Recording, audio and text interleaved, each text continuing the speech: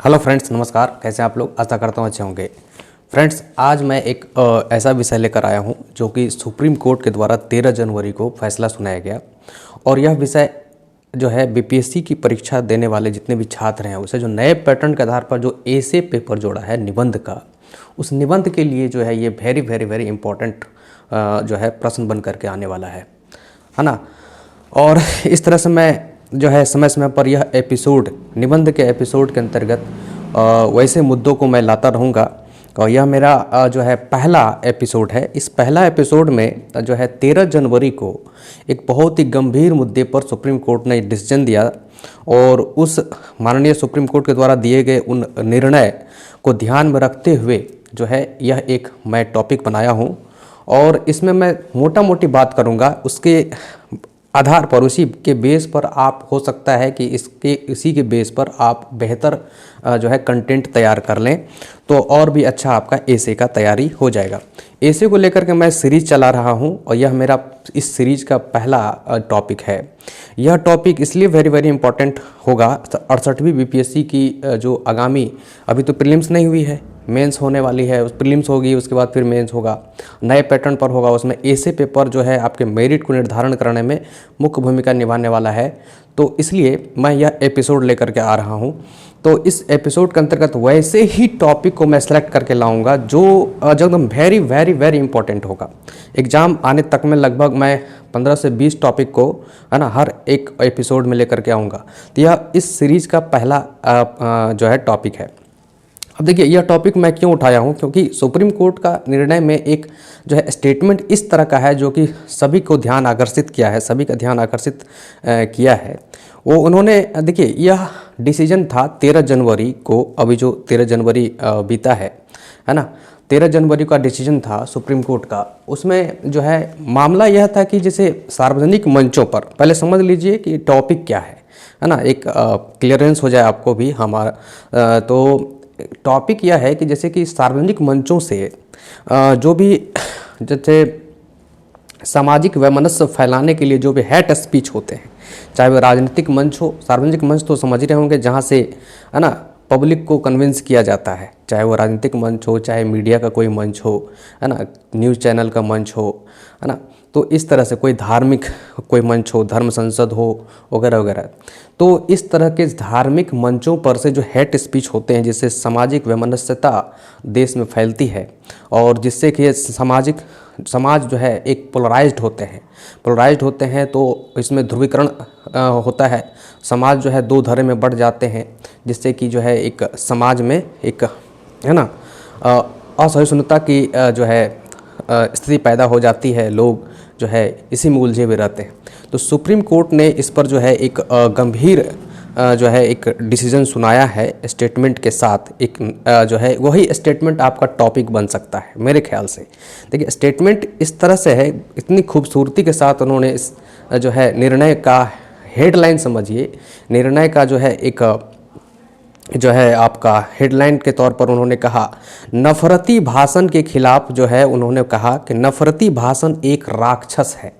देखिए, समझिएगा इस बात को, नफरती भाषण एक राक्षस है जो सबको निगल जाएगा। देखिए, इसमें बहुत सारी बातों की जो है गूढ़ जो है छिपी हुई है।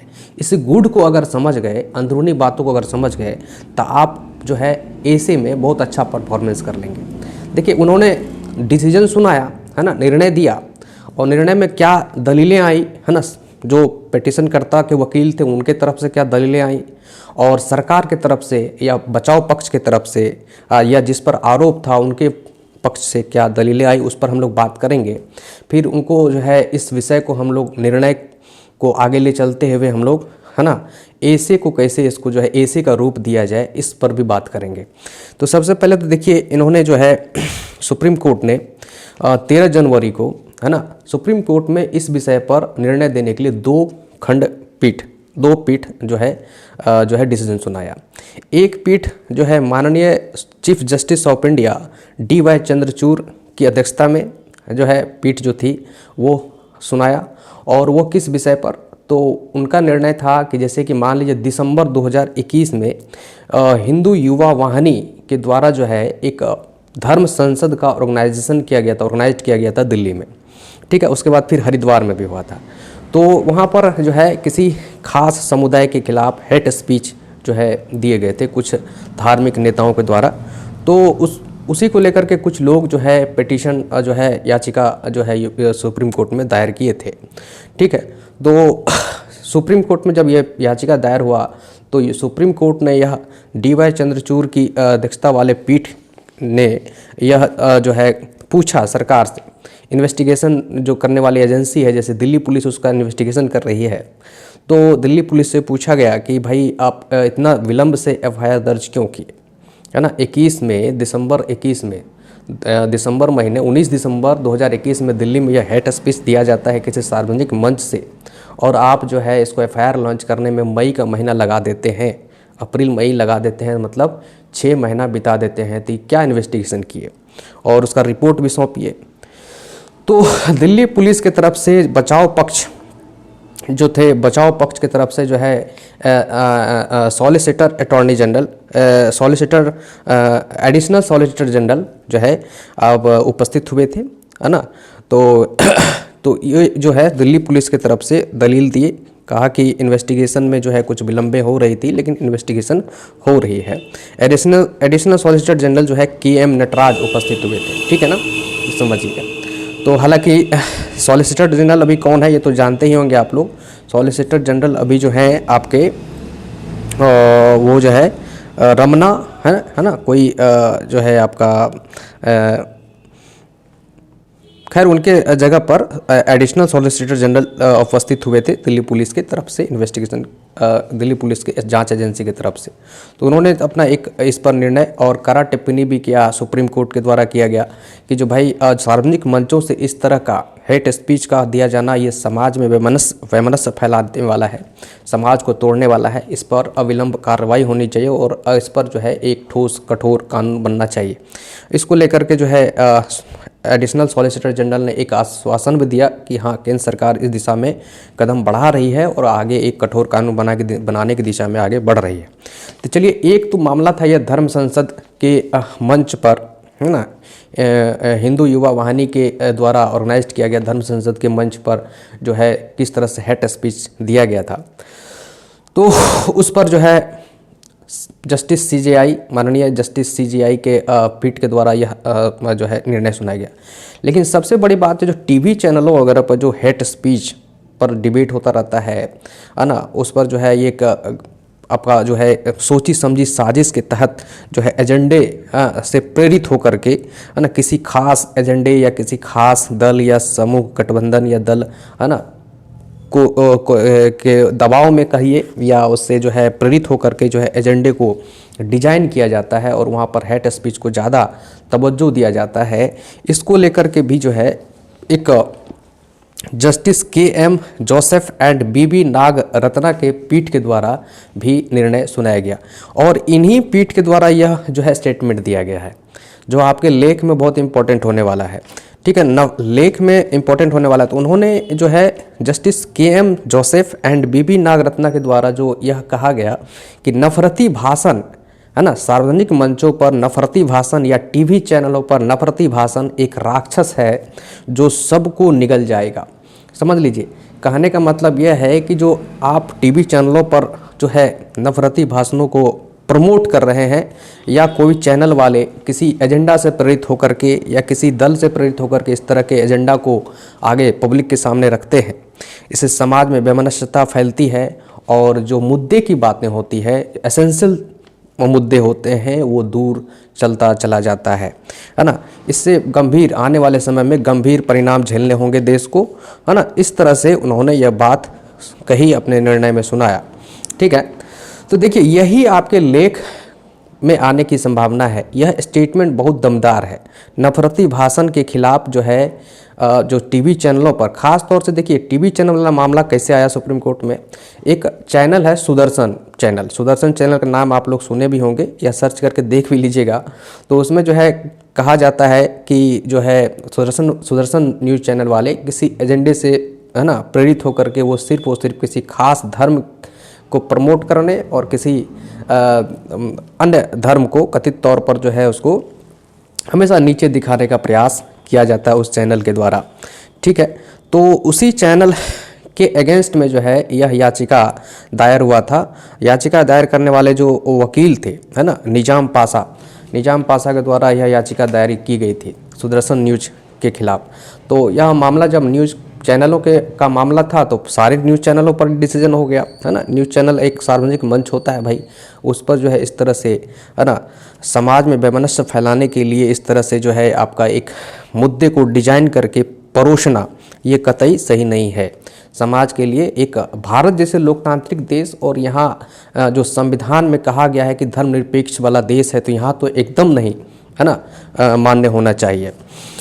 तो इस तरह से तो जो है ये जस्टिस के.एम. जोसेफ एंड बीबी नाग रत्ना की पीठ ने भी चैनल वाले मामलों पर, है ना, चैनल के मंचों पर जो इस तरह से डिबेटें होती है, डिबेट वगैरह रखा जाता है, डिजाइन डिबेट्स, है ना, ताकि हर चैनल वाला एक होड़ और एक प्रतिस्पर्धा के होड़ में कि हम आगे बढ़े तो हम आगे बढ़े, है ना, टीआरपी की होड़ के चक्कर में जो है देश को बर्बाद करने के कगार पर लाने की दिशा में ये लोग बढ़ चुके हैं। तो इसी को लेकर के देखिए, तो निर्णय में इन्होंने ये कहा कि चैनल जो है ना जस्टिस के.एम. जोसेफ एंड बीबी नाग रत्ना के जो पीठ थे सुप्रीम कोर्ट में, इन न्यायाधीशों के पीठ के द्वारा कहा कि चैनल जो है, आखिर कौन सी ताकत है जो इस चैनल को पे पैसा लगा रहा है और प्रतिस्पर्धा के होड़ में जो है आगे निकलने की होड़ में समाज में वैमनस्य फैला रहा है, ठीक है ना। तो ये देखिए बहुत बड़ा, ऐसे तो अपने निर्णय में बहुत बातें को उन्होंने जिक्र किया है, लेकिन हम लोग कुछ बिंदुओं को लेंगे, आगे चलेंगे हम लोग काम की चीज़ों पर, ठीक है ना। यहाँ से फिर अब कैसे हम लोग अपना लेख डिजाइन करेंगे, है ना, लेख को कैसे तैयार करेंगे। तो ये है, सामाजिक एवं एसेंशियल मुद्दों पर बहस नहीं होना और इस तरह से धर्म के विषयों पर लेकर के इस तरह से एक कट्टरता को परोसना, तो ये एक कहीं ना कहीं समाज को पीछे की ओर धकेल रहा है। चैनल जो है समाज में वैमनस्य पैदा करते हैं, एजेंडे से प्रेरित होते हैं, क्यों ना इस पर जुर्माना लगाना चाहिए, है ना।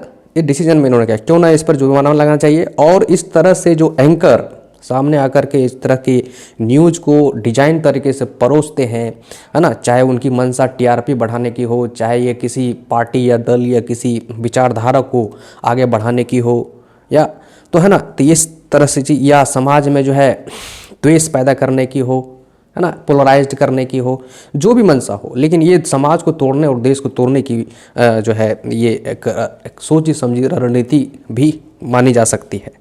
तो इसी को लेकर के जो है इस खंडपीठ के द्वारा के.एम. जोसेफ, माननीय जस्टिस के.एम. जोसेफ के खंडपीठ के द्वारा यह पूछा गया, सरकार के तरफ से प्रस्तुत वकील कह सकते हैं एडिशनल सॉलिसिटर जनरल उपस्थित हुए थे, है ना, जो है एडिशनल सॉलिसिटर जनरल जो के.एम. नटराज हैं वो उपस्थित हुए थे, है ना। धर्म संसद वाले मामले में भी यही उपस्थित हुए थे दिल्ली पुलिस का पक्ष रखने के लिए। और इन जो है आपका पीठ जो के.एम. जोसेफ और बीबी नागरत्ना, जस्टिस के.एम. जोसेफ और बीबी नागरत्ना, जो टीवी चैनलों पर जो बहस होती है, जो वैमनस्य पैदा करने वाले, है ना, नफरती भाषण के खिलाफ जो पिटीशन था, है ना, सुदर्शन न्यूज के खिलाफ खास तौर से, लेकिन यह निर्णय तो सारे न्यूज़ चैनलों के लिए आ गया। तो यही है, तो इसमें जो है इस सरकार के तरफ से और सुदर्शन न्यूज चैनल के तरफ से भी कुछ वकील प्रस्तुत हुए थे, ठीक है ना। तो ये चीज़ है, तो सरकार के तरफ से जो प्रस्तुत हुए solicitor general, additional solicitor general K M. Nataraj, उन्होंने उनसे जो है माननीय न्यायाधीश ने पूछा कि जो है इस दिशा में ऐसे एंकरों और ऐसे टीवी चैनलों पर कार्रवाई करने के लिए आपकी सरकार क्या कदम उठा रही है। सीआरपीसी दंड संहिता में जो है कुछ संशोधन वगैरह कुछ या कठोर कानून लाने के बारे में क्या सोच रही है सरकार आपकी, केंद्र सरकार। तो उन्होंने अपना जो है केंद्र सरकार का पक्ष रखते हुए, हाँ, सॉलिसिटर जनरल ने कहा, एडिशनल सॉलिसिटर जनरल ने कहा कि केंद्र सरकार इस पर गंभीर है और इस दिशा में आगे बढ़ रही है, इस विषय को लेकर के कठोर कानून बनने जा रहा है, ठीक है। चलिए, ये बात तो हो गई। दूसरी बात, हाँ, पता नहीं अब कानून कब तक बनता है। देखिए, केंद्र सरकार का पक्ष वकील साहब को रखना था, है ना, सॉलिसिटर जनरल को, वो रख दिए। तो चलिए, फिर जो है एनबीएसए एक संस्था है, एनबीएसए का नाम सुने होंगे और नहीं भी सुने हैं तो हम बता देता हूँ मैं। एक न्यूज़ ब्रॉडकास्टिंग, है ना, स्टैंडर्ड अथॉरिटी है जो दिल्ली में है। इसका काम क्या है कि ये जो है न्यूज़ को लेकर के जो एक मानक होता है ना, जो न्यूज़ वाले मानक को लांघता है उसको यह जो है ना, मतलब एनओसी, इन्हीं के एनओसी के कारण जो है कोई न्यूज़ वाला कोई न्यूज़ परोस पाता है, या इन्हीं के कहने इन्हीं के मान्यता पर कोई न्यूज़ परोस पाएगा या नहीं परोस पाएगा। समझिए एक पुलिस मैन है न्यूज़ डिपार्टमेंट का, जितने भी न्यूज़ चैनल है उस पर निगरानी रखने वाला, है ना, एनबीएसए।